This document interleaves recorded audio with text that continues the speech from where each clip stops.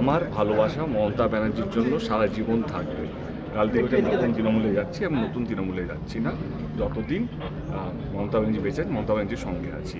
এবং ভবিষ্যতে কী হবে আমি এখন কিছু বলতে চাইছি না। তুমি যদি আজকে আমাকে জিজ্ঞেস করো, আমি দিল্লিও যদি গিয়ে থাকি বা আজকেও যদি এখানে উপস্থিত হয়ে থাকি, তৃণমূল কংগ্রেসের সাংসদ হিসাবে এসেছি। ঘাটাল লোকসভা কেন্দ্রে যারা আমাকে ভোট দিয়েছে, তারা একটা বিশ্বাসে ভোট দিয়েছে। এই সাংসদ, এই লোকটা স্বপ্ন দেখিয়েছিল ঘাটাল মাস্টার প্ল্যান করবে, এবং সেই স্বপ্নটা নিয়ে আমি শুভেন্দুদার কাছে এসেছি, যিনি এখন মুখ্যমন্ত্রী।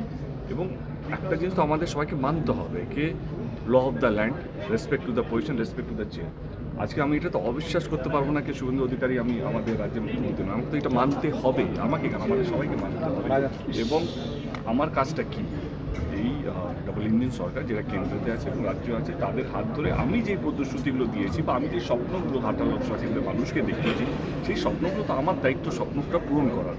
এবং আমার পুরো বিশ্বাস যে এই রাজ্য সরকার এবং শুভেন্দুদা এবং কেন্দ্র সরকার এই যে উদ্যোগটা নিয়েছে ঘাটাল মাস্টার প্ল্যানটা, এটা কোথাও যেন যেই টার্মটা আমরা সেট করি 2029-এর আগে, আমার আজকেও কথা হলো যে সেই টেনিউরের মধ্যেই শেষ করা। আপনি দিদির ভাই, আপনাকে মমতা বন্দ্যোপাধ্যায় স্নেহ করেন, যে কোনো সময় দেব করেন।